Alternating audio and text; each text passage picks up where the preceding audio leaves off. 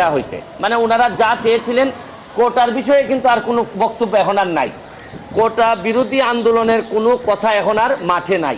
তারপরও মাঠে মানুষ কেন? তাইলে কোটার পরে যে আন্দোলন চলতে পারে, এটা হচ্ছে কি, আমিও বলছি যে এই আন্দোলনে আমাকেও আপনারা সাথে নেন।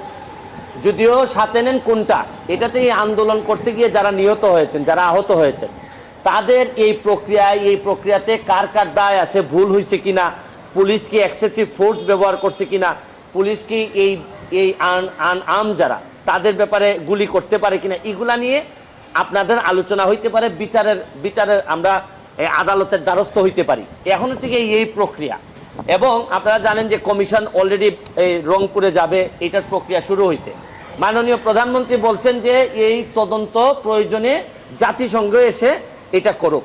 আমি এটাকে সাধুবাদ জানাই। এবং আমি আরেকটা কথা বলতে চাই, আপনাদের বিচারের প্রক্রিয়াতে